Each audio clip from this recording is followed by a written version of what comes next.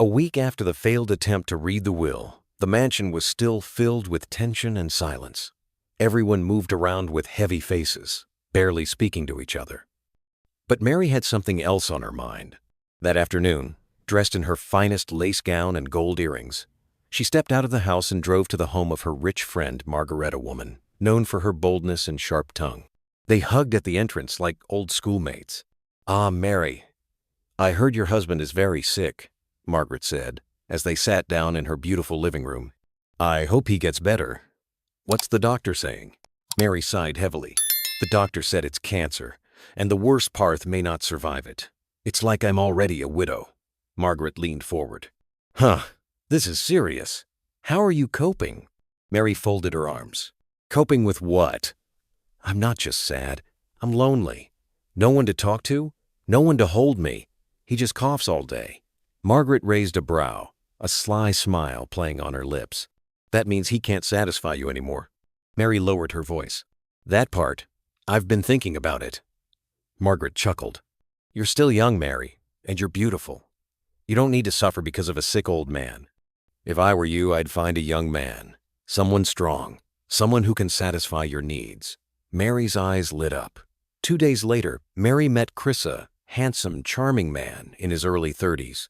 She met him at a spa she visited often, where he worked as a gym instructor. They exchanged numbers, and soon they began meeting in hotels around the city. Chris treated her like a queen always, praising her beauty, massaging her feet, and whispering sweet words in her ear. "I don't know how I survived before meeting you," Mary told him one evening. Chris smiled. "You deserve to be loved, sweet mama." They kissed. From that day, Mary completely abandoned her sick husband. She stopped entering his room, stopped checking his food, and left everything for Beth to handle. Her days were now filled with laughter, wine, makeup, and hotel visits with Chris. But it didn't end there. Mary wanted to keep Chris close. So one morning, she shocked the entire family by bringing Chris into the mansion. They were all sitting in the living room when she walked in with him, holding a small leather bag and smiling proudly. "Everyone, meet Mr. Chris," she said, placing a hand on his shoulder. "He is our new personal driver." Joan turned sharply. "Mom, I thought we already have a driver." Mary waved her hand. "Yes, we do. But Chris will be my personal driver. He will take me anywhere I want to go, anytime I want." Chris raised a brow and looked at the others from head to toe. Alvin rolled his eyes and whispered, "More like a personal toy." But Mary didn't care. She ordered the housekeeper to give Chris a room in the boys' quarters and told everyone, "He starts today. Any problem?" No one answered. But deep inside, tension grew thicker in the mansion.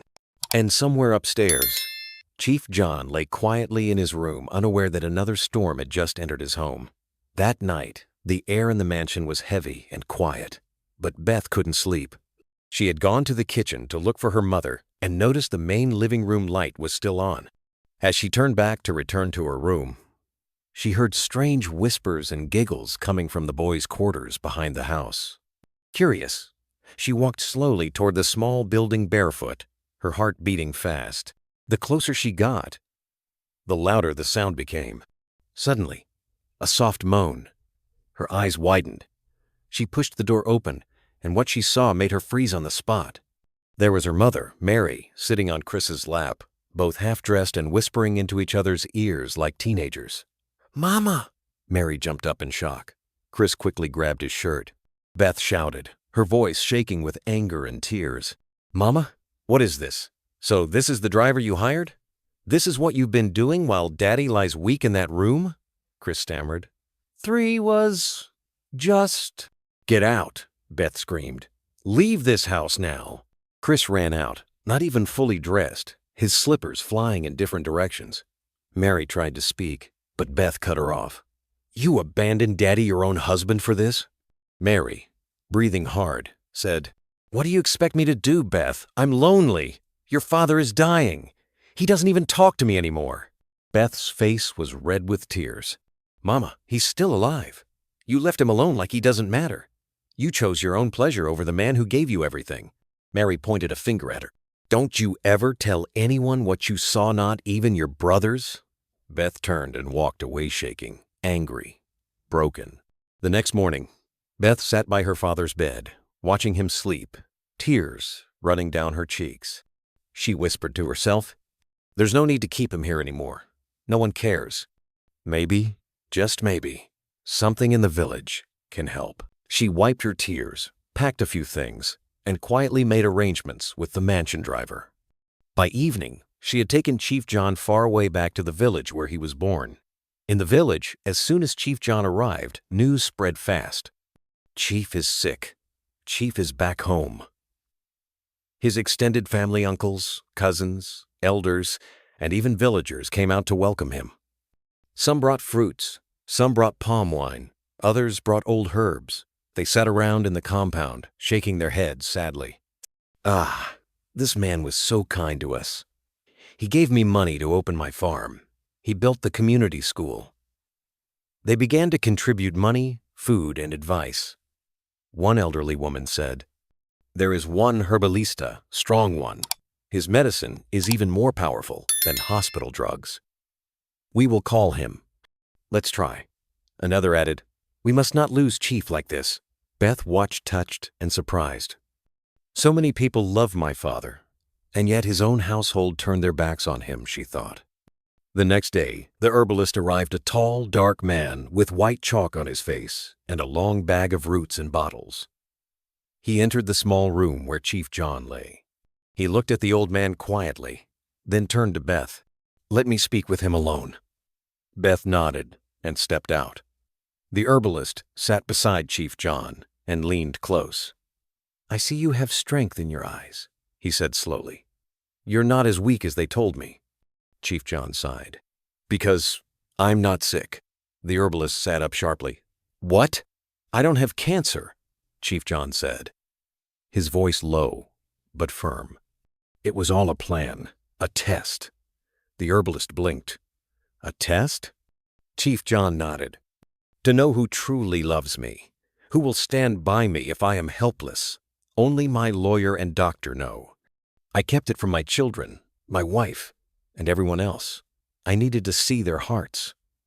The herbalist looked deeply into the old man's eyes, then slowly smiled. "Ah, you are wise, Chief.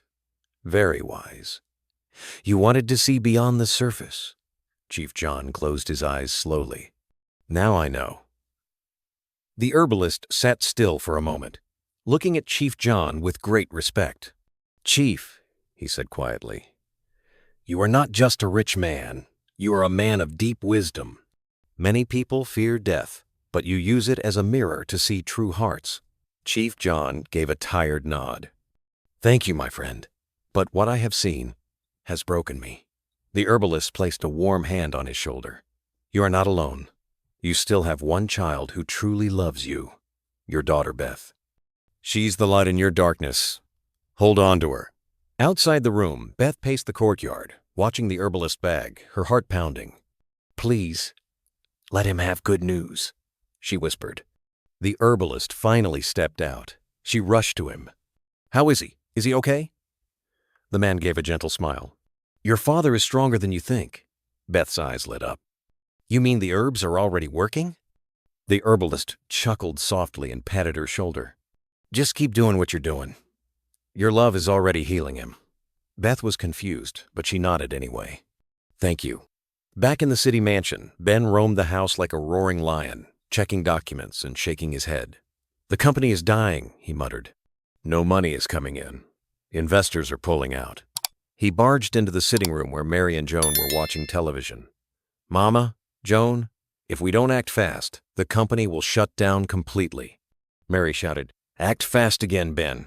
We are not selling anything. You can close down that fashion brand you opened." Joan rolled her eyes. "Why don't you sell your car this time?" Ben glared at her. "Don't be stupid."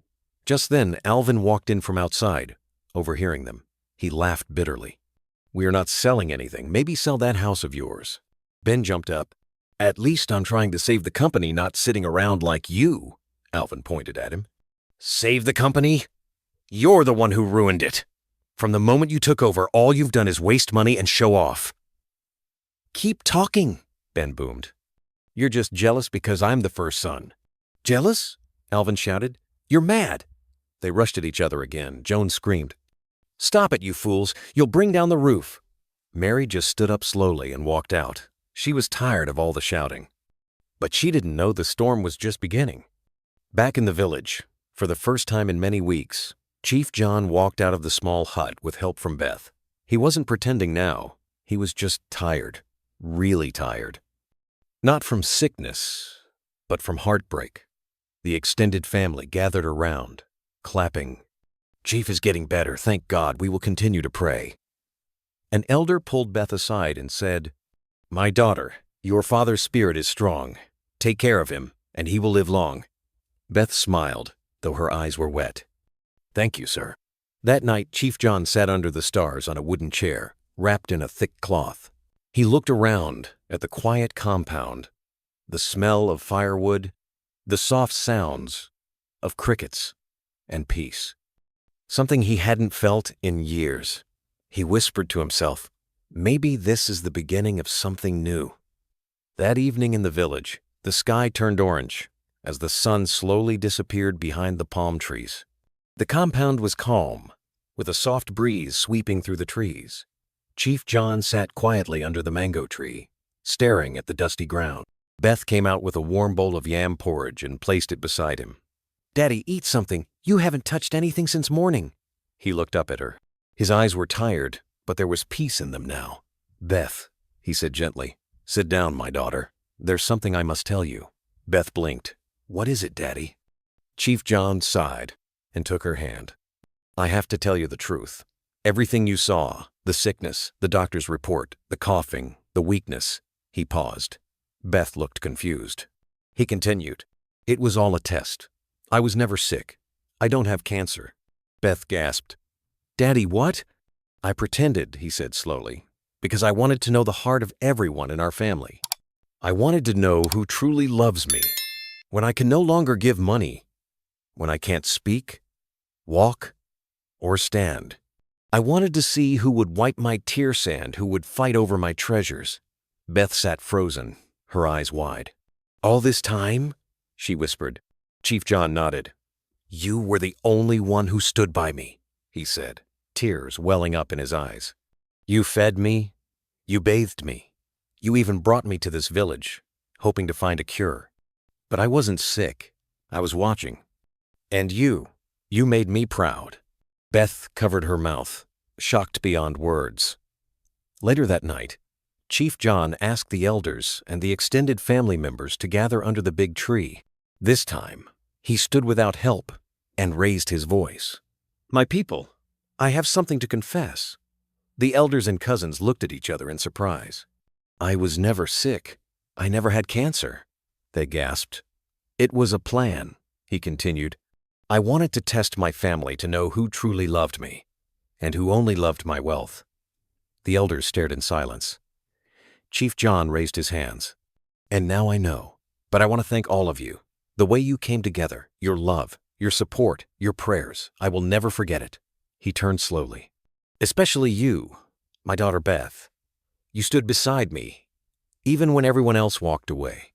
Everyone clapped. One elder stood up. "Chief, you have taught us something great. This world is full of pretenders. You are truly wise." Another woman added, "Your daughter is a blessing. May God bless her more." Chief John smiled for the first time in many weeks. The next day, the morning sun rose bright and bold. Beth helped her father pack his small bag. He wore a clean native outfit, walked with strength, and smiled at everyone in the compound. When they reached the car, the villagers gathered again. "Chief, safe journey. Come back to visit. Oh, we love you, Chief." Chief John waved at them, blowing kisses as the car drove off slowly down the red, dusty road. Back in the city, it was like a dream. As the car entered the mansion compound, the gatemen opened their mouths in shock. "Chief?" They watched in disbelief as the old man stepped out of the car, coughing, not limping, not weak. He was strong. He was alive. He was back. Beth stood beside him, holding his bag. "Let's go in, Daddy," she said softly. He nodded. "It's time." But the real shock was waiting inside. Inside the house, Joan was scrolling through her phone on the couch when she heard the door open. She turned casually, then froze. Her mouth dropped open. "Daddy!" She jumped to her feet and ran toward him. "Daddy, you're walking. You're okay. You're not coughing." She hugged him tight. "I can't believe it! I thought... Just then, Alvin came downstairs wearing headphones. He pulled them off in shock. Wait, what's going on here? He saw his father standing alive, strong, not weak, not dying. "Daddy?" Ben followed behind, holding a bottle of wine. When he saw his father, the bottle dropped from his hand and shattered on the floor. You're fine?" Chief John looked at his 3 children and gave a small smile. "Good afternoon." From the kitchen, Mary's voice echoed. "Who broke something again in this house?" She stopped as she stepped into the living room, and her eyes caught the one man she thought would never walk again. Her heart nearly jumped out of her chest. "Darling." She grabbed the wall for support, staring at John and then at Beth. You're strong? You're walking with strength?" Beth stood beside him proudly. "Welcome home, Daddy," she said softly. Chief John nodded and walked straight into his master bedroom without saying a word. The whole house went quiet like a funeral ground. Everyone turned to Beth like bees. Joan grabbed her hand. How did this happen? What did you do?" Alvin added, "The doctor said he had late-stage cancer and was going to die. How is he standing like nothing happened?" Ben scratched his head. "This has to be a miracle." Mary whispered, "It's like I'm dreaming." Beth gave them a calm but cold stare. "I didn't perform a miracle. I just gave our father what he truly needed: love, care, and peace." She paused. "Any other question? You can go and ask him yourselves." She turned and walked upstairs, leaving them in total confusion. Later that night, Chief John sat alone in his room. He opened a drawer beside his bed and brought out something surprising small black device. It was a CCTV camera. He opened a secret box under his bed and brought out 2 more. One by one, he connected them to a screen and there it was. Footage.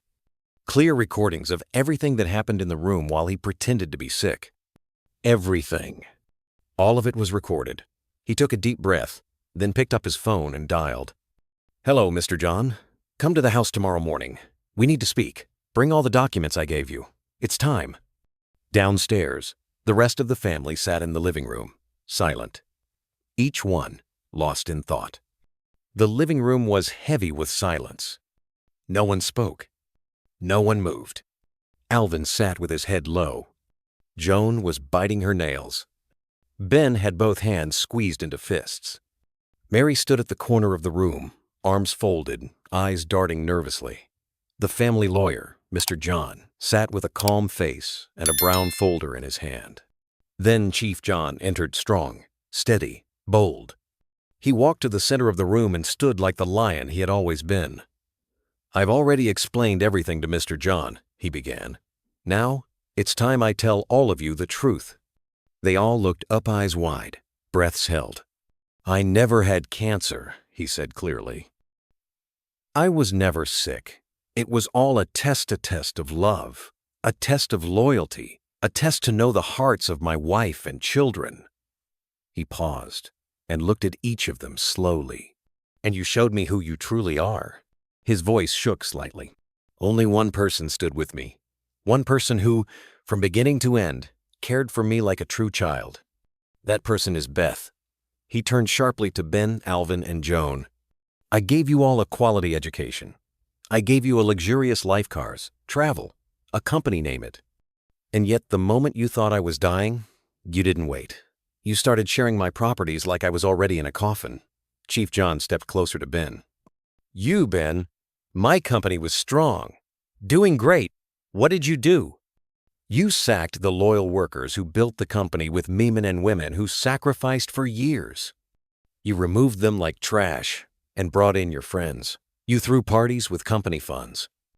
You ruined what I spent 40 years building. You sold my house and my SUV. You ruined everything I built with sweat." Ben covered his face in shame. Chief John turned to Alvin. "And you? You had the heart to sell one of my biggest luxury hotels and one of my most treasured lands. You sold them like toys. Why? Because you didn't suffer to build them. Thank God for the kind of lawyer I have. He bought them back in secret just to protect my legacy. Alvin dropped to his knees, weeping. Daddy, please forgive me. Chief John continued coldly. That hotel and land were meant to be your inheritance. You have sold them with your own hands. You have the money now. Good. Use it. Go and find yourself a job elsewhere, because you will never step into my company again. He turned slowly to Ben. You too, Ben. The company money you lavished, the house and car you sold, that was your inheritance. It's gone now. You have nothing left with me. Leave my company, find your own way, and go look for another job. Tears fell from Ben's eyes. Daddy, please. Chief John raised his hand. Enough. He turned to Joan. You wanted to sell my land too. The only reason you didn't succeed was because you didn't have the documents. From today, you get nothing from me until you earn it. If you want to prove yourself, do it with action, not words. Only then will I forgive you and give you part of your inheritance. Joan fell to her knees, crying. Then Chief John turned slowly to his wife. And you, Mary? After everything I did for you, the comfort, love, and loyalty, you had the mind to bring a small boy, a stranger, into my house and sleep with him while I lay pretending on my sickbed. Mary tried to speak. Darling, please, I am not your darling, he snapped. You have 24 hours to leave my house. Pack your things and go. I no longer owe you anything. Mary dropped to the floor, wailing. Please, I beg you, forgive me. But Chief John turned to Mr. John. Call the security. Make sure she leaves peacefully but permanently. Then Chief John smiled and held Beth's hand. Mr. John, this is why I asked you to come today. All of my remaining properties, my estates, houses, businesses, everything I have left, now belongs to Beth. The children gasped. Joan froze in shock. Ben gripped the edge of the couch to steady himself. Alvin cried silently. Chief John continued. Beth is the only one who showed me love, who believed in me, who carried me like a baby when I was acting helpless. And for that, she is now the sole inheritor of my wealth. He turned to Mr. John again. Effective immediately, Beth is the new CEO of my company. Call all the workers, especially those loyal men and women Ben sacked. Tell them to return. Their places are waiting for them. Mr. John smiled. Already in progress, sir. 1 year later. The company had risen again stronger than ever under Beth's leadership. The business doubled its profits. New branches opened. Awards poured in. The old loyal workers returned and worked with joy, calling her Madam Beth the Wise. Chief John sat in his office, proud and peaceful, watching as his daughter held board meetings with confidence and wisdom. Alvin and Ben found jobs elsewhere and tried to rebuild their lives. Joan kept trying to prove to her father that she had changed. Marina, one heard from her again. But Beth, she stood tall, respected, honored, loved. Because when the test came, she passed with flying colors. Did you learn anything from this story? Let me know in the comments section. Tell me everything you learned from this story. Please, leave your answers and join the conversation below in the comments section. If you enjoyed watching and listening to this story, then click on that like button and subscribe to this channel now so that you can see more of my interesting stories and folktales. Thank you so much for watching this video to this very end. Click on any of the video links above to watch more of my interesting stories on this channel.